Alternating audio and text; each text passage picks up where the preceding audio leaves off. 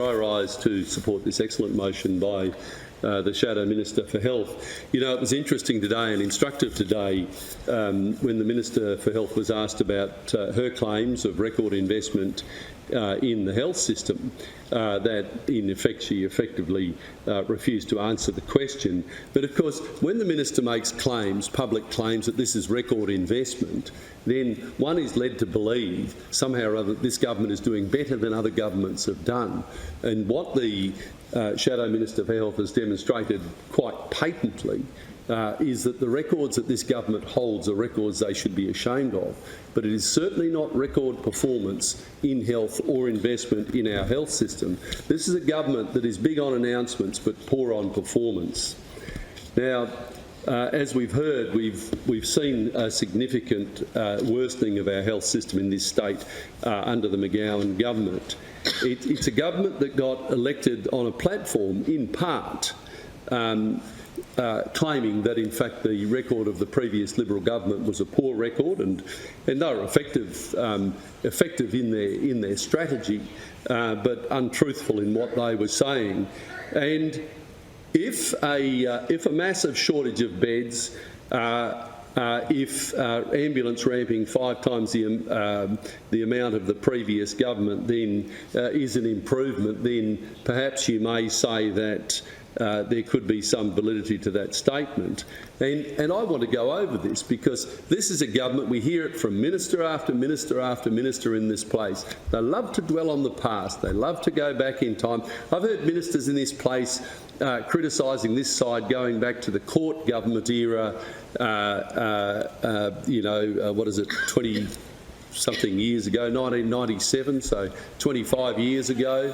I've heard ministers in this place going back on there. So let's go through, because I'm going to go through in some detail in terms of the record of our previous government and the previous coalition government and what it achieved, and contrast it with the appalling poor performance of this government.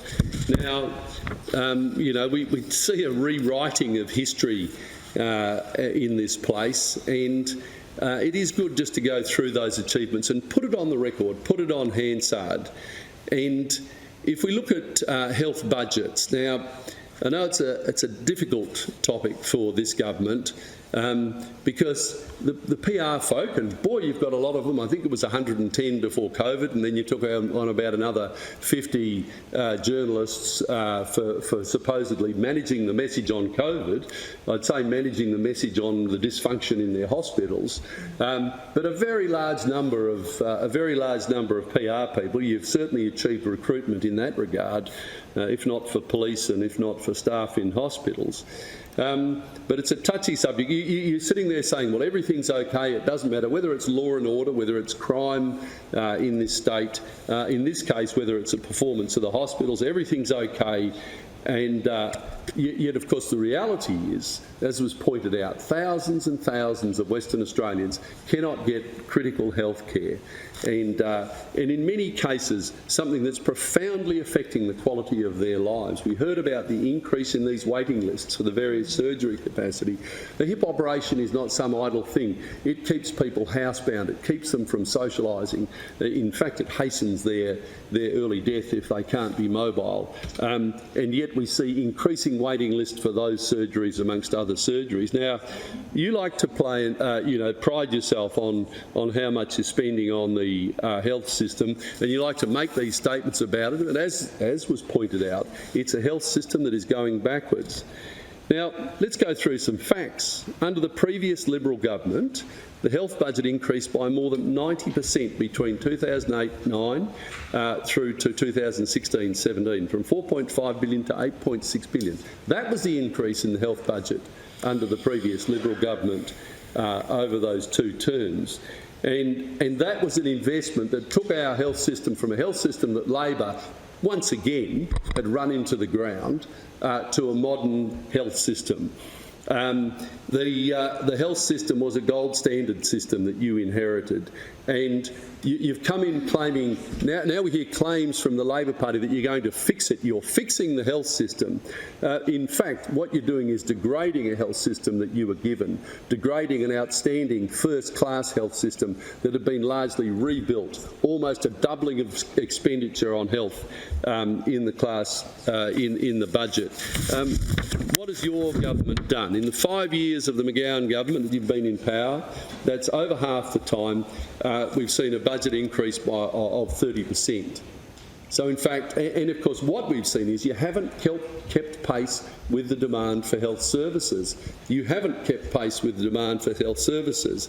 Now, we've got our health workers who are utterly distressed, and I resonate with the comments made by the Shadow Minister for Health in this regard.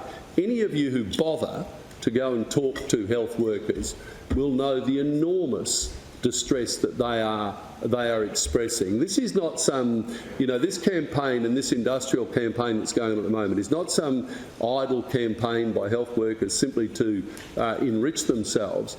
These are a group of workers who are utterly distressed, and in fact the senior staff are massively overburdened in these hospitals. So you can come in here and say everything's fine, we're doing this record expenditure, but the facts belie the truth of that particular statement. What do we see of this government? What we see on the other side now is a whole heap of preening going on about different members who think they're going to get some positions in the forthcoming cabinet reshuffle. We see in the upper house positioning to get the position of the Minister for Agriculture, and we see in this place various hopefuls, parliamentary secretaries out there putting on their best show, puffing out their chest, hoping they're going to get what position. What you're not worrying about is the well-being of hospital patients in this state. Now, under the previous government, we saw a 52%, this is under the previous Liberal government, we saw a 52% increase in the number of doctors. That's what we saw under that government. What have we seen under this under this government? You can't get doctors to go into the hospitals, and part of that was your own making, which I'll go through. We see health practitioners turning away because they do not want to go into a dysfunctional hospital system. And the Shadow Minister for Health touched on this. You're so embarrassed about your poor performance, you actually stopped the Your Voice in Health survey. Now, that was an election promise of this government, and you stopped it during the time when you most needed the information, when the hospital staff were under most pressure, when the hospital staff needed your support, when you should know what those staff are suffering and how they're struggling with issues and working out how you can give them support. That's the time when you should most know. You stopped it under the ruse that, they'd be too busy to do the survey. Too busy to do the survey. What an absolute farce. At the very time when they're under stress and you should know how they're feeling, you chose to ignore it. Why? Because you didn't like the results. And that's the simple truth of it. And you go through this survey, and look, I won't go through it in detail for the sake of time. But, when people talk about my organisation supports me and my goals, only less than half of the staff are positive about that. My organisation is making the necessary improvements to meet our future challenge. Only 44% believe that. And of course, the outcomes of that survey reflected the reality of what we've heard already in this debate today, leaders not being open to communication and the like. And I will say in relation, and I've said this before in this place, in relation to this industrial dispute, not just about pay and conditions, which are clearly important. They're important to everyone logically, and particularly the example we heard of the single mum who's struggling to get by. But it's the way they're treated. It's the arrogant dismissal by this minister. It's the arrogant dismissal by this government of their issues and their concerns, just portraying them as grubby opportunists who are seeking to leverage their position to get a bit more money. And they are utterly distressed. And of course now we're seeing, an industrial issue, and I think that issue has been covered very well. But it is, as much as anything else, a cultural issue. Now, as I mentioned, under the previous Liberal government, health workers were one of the highest paid in the country. And why was that? Why were they amongst the highest paid in the country? The reason is that we want the best possible staff that we can get, the highest qualified professionals we can get, and we are competing with an ascendant resource sector in Western Australia. And that means if we're going to have that competition for those trained people, if we're going to have those competition for those people, we need to offer competitive salaries. Now, we've listened to all of the issues around those health workers. And those staff that are working in those hospitals, the senior staff are absolutely overburdened. So do we have trainers in wards? In almost most hospital wards we don't have trainers. Do you know why? Because those nurses and those midwives are actually out there working on the wards. Now you can laugh, Minister, you can think this is funny that those staff are overburdened, you can sit there laughing, but the reality is that those staff are absolutely overburdened and distressed. And as I say, the trainers aren't on the wards. If they are on the wards, they're not actually training because they are completely overwhelmed with carrying out the work on the ward. Now there are junior staff coming into the hospitals, but of course in many cases that actually increases the burden on the senior staff and it doesn't help them because it takes about 2 years before a nurse or midwife who's come out of university is going to be working at capacity on those different wards. Now, our strong record in health goes well beyond pay, and because we know that we needed to dramatically rebuild the health system after Labor destroyed it, and as I say, which is what they're part way through doing once again in this place. But I'll go through some of the record of our previous coalition government, the Liberal National Government, in providing facilities for this state. As I said, we saw that massive increase in the budget itself, and during the time, our emergency department saw about 1 million patients in 16, and that was up from 25% in 2008-2009. So a significant increase in the load. And again, the government goes on, and they carried on about COVID. What we actually saw in the hospitals with COVID was, in fact, a lot of demand dropped off because people weren't going to hospitals, but we saw a significant increase. And our doctors and nurses are the best paid in the country. An unprecedented investment in redeveloping our entire hospital system. I was fascinated to hear the pathetic attempt today to talk about the claims of what Labor did, because they mentioned something some years ago and suddenly they said that was their project. But let's go through the reality. Fiona Stanley Hospital, 2 billion, major new tertiary hospital, 643 beds, 140 bed state rehabilitation service which opened in October 14. 1.2 billion, the 298 bed Perth Children's Hospital that was being built to replace the 250 bed Princess Margaret Hospital and also the state's paediatric tertiary hospital. $230 million in the Joondalup Health Campus expansion, which was completed in 2013 and increased the number of public beds from 280 to 498. 31 million, the 30-bed mental health unit at Sir Charles Gardner Hospital that was opened in June 2015. The 307-bed, $360 million Midland Public Hospital opened in November 2015. And unlike this Labor government, their only obsession with the western suburbs, well, they've got an obsession with the western suburbs and building more facilities in at least the Sir Charles Gardner, the QE2 health campus. But what we did was establish a major tertiary hospital in Midland, and what a fantastic hospital, through a partnership with St John's Hospital, with the public-private partnership that was developed there. That hospital takes as many emergency patients as Sir Charles Gardner Hospital. We provided that in the eastern suburbs, not in traditional Liberal territory, but actually established a hospital out in the eastern suburbs, a major tertiary hospital which is now a critical part of our health system. In the regions, 170 million in the Albany Health Campus, which opened in May 13. 120 million, the Busselton Health Campus, which opened in March 15. 59.6 million redevelopment of the Kalgoorlie Hospital that was completed in August 15.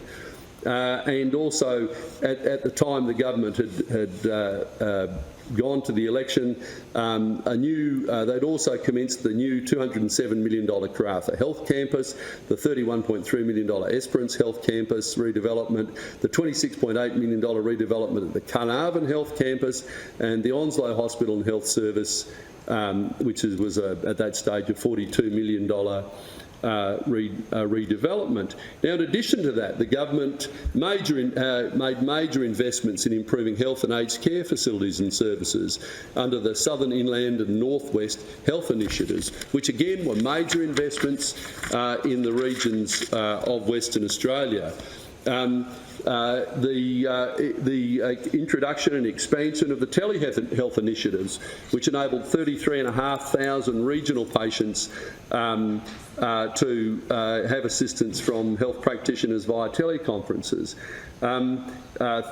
Additional money into medical research, $30 million over 4 years allocated in 13 budget for the Future Health Medical Research Initiative, and that was a previous commitment, and that was in addition to $58 million already committed to health and medical research. And again, a government that manages for the whole state, not tribal punishing politics that this government practices, but a government that manages for the whole state in the absolutely historic development through negotiation and agreement with Curtin University to open the Curtin Medical School in Midland. So you carry on about, assembling some trains out at Midland, actually establishing a whole tertiary campus for training doctors in Midland, so that youth in the eastern suburbs, students that have intrinsic barriers to attending and going to medical school at the existing universities, they had their own campus out at Midland to bring a whole new cohort of people into medicine, and that was the previous Liberal government that did it, and of course the government committed $22 million to that, to the land for that project. So this was a government, a coalition government. They introduced a whole range of other programs, immunisation programs and the like. This is a government that is focused on this state. Now, if you want to sit in this chamber and dwell on the past, then I suggest, members, that, and that is Labor members, I suggest that you go through and you actually look at the achievements of the last government and compare the pathetic efforts by this government. When you come into this place and talk about your record investment, it is a joke. May I have an extension, please? Extension granted. It is a joke. And I've come into this place and I've heard, members, they say, oh, well, yes, there were those investments, but there were criticisms which, you ran publicly at the time around Fiona Stanley and the Children's Hospital. It's quite fascinating to see how you want to blame a previous government for issues due to construction during that period, issues which no minister could have possibly had any control over, and yet the debacle of the Forestfield Airport link, massive safety issues, massive issues with the construction. We have the Minister for Transport coming in here saying nothing to do with me. So you can have it one way or you can have it the other, members. Either the ministers are responsible for what are construction issues, or in fact that is in fact something that would be beyond ministerial control. And what we've said in this place is what the ministers do in response of it, which is the response to issues, which is the critical factor. Now, in December 2020, as I said, you're good on announcements. In December 2020, you announced a new world-class $1.8 billion hospital to be built in Nedlands to replace King Edward Memorial Hospital. Here we come to this year, February this year, still in design phase. So when are we going to see that hospital? We should have another major tertiary hospital in Perth on top of the replacement for the maternity hospital and for dealing with children as well. But in fact, we've got neither from this government. We've got neither. You announced reopening beds that you closed before, again, as was pointed out by the Shadow Minister for Health. And might I say, locating that hospital in Nedlands, not on any major public transport route, extremely difficult to access. And already in that area, what we have is major issues with traffic in the area, major issues with parking all through the area affecting residents.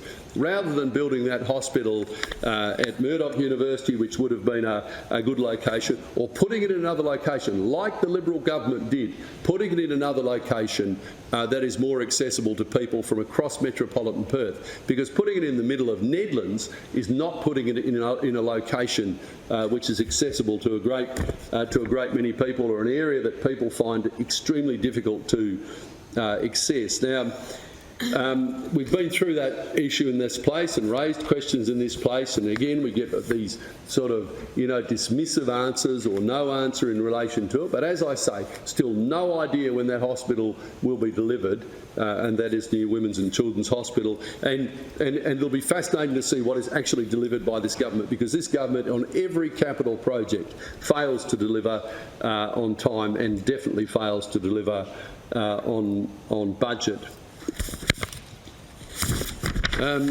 So if we, and as I say, I've been through a number of those projects, but the previous Liberal government had a massive increase in the capacity of our hospital system, a massive improvement in the delivery of service in our hospital system, and not just in its own electorates, across metropolitan Perth and across regional Western Australia.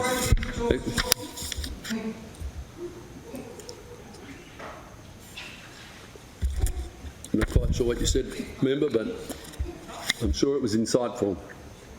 Now, between 2019 and 2018, the asset investment program under the Barnett government saw $5.9 billion in funding for critical assets across Western Australia. That was the investment of the previous government under its two terms. Between 19 and 21-22, in half the time that government was in power, what have we seen from this government? We've seen an asset investment program that is around $1 billion. $1 billion, 16% of what you saw under the previous government. There are your numbers, go through your budget papers. Health is 5% of the capital program, MetroNet's 18% of the capital program. Now, that's your priority. Now, they're telling figures, and it picks apart. I tell you what, I value the health of the community above a project that's got a 30% rate of return, Minister. Let me tell you that. A new children's hospital brought in that should be being there now, I value that, Minister, a lot more from what are purely vote-buying exercises in your own electorates. You don't care about the women and children. You don't care about the pregnant mums who were turned away from the maternity hospital because there was no room, redirected to other hospitals that they didn't want to. You don't care about that. So you're going to come out, you want to stand out there with beside the Minister for Transport with your hard hat and your fluoro vest on, boasting about how you're going to build something in 5 years' time. But meanwhile, something that is critically needed for the health of women, of children in this state, is not delivered by this government. You're not committed to that investment. As I say, your priorities are, it's purely political. It's purely about what votes can you get at the next election, not about the health of the people in Western Australia. Now, we see, as I say, we see a system which is under enormous distress. Now, if we look at the 2009-10 to 17-18 again, we see in that phase we saw a 77% increase in operating spend, and I've already talked about the total increase over the time. But as we say, we look at the current government, only a 32% increase spend. So, any contention that this is record, this is somehow record increase expenditure is clearly untenable. And of course, where do we look at regional health and we look at the issues in the regional areas. I'm sure my colleagues are going to cover this in more detail.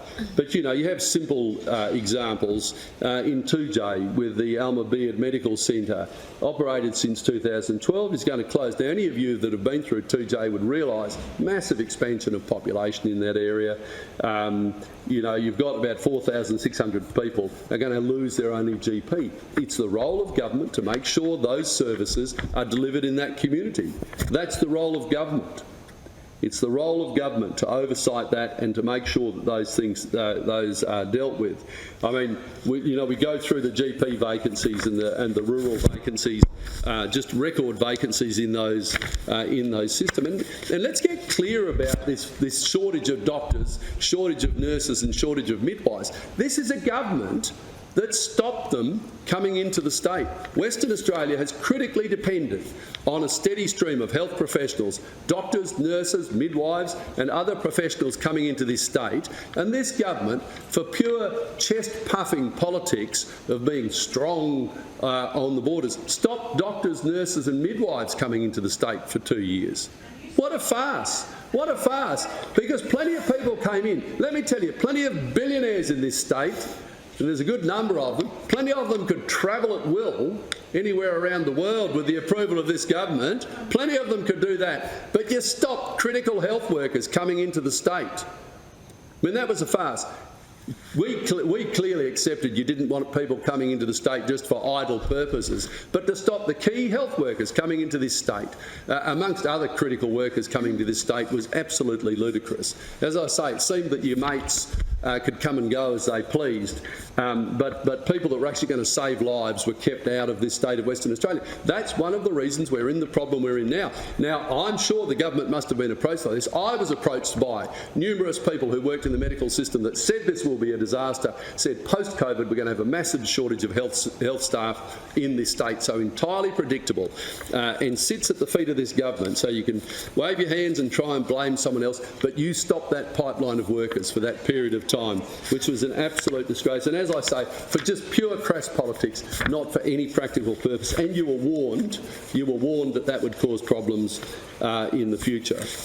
So this is a government, as I say, good on PR, no trouble. You don't seem to have any trouble recruiting more journalists to go into your ministerial offices, into your, what do they give it a name, their special office, the COVID information office or whatever it is. You know, your 55 staff that are up there monitoring my social media 24/7 and, you know, sending little letters down. Shout out to them, by the way. I'm sure they'll be listening. Sure they'll be listening to this. Sure they'll be listening to this. So I'll be able to come back with something pithy. But what we see every week in this state is ordinary Western Australians suffering because of the mismanagement of the McGowan-Labor Government and the mismanagement of this health minister. Now, you've hidden under COVID for the last 2.5 years, and you've hidden behind that and used that as the excuse for every failure of this government, but the failures of this government are being revealed. You're failing patients and you're failing the people who work in our hospital system, and I'll pass on.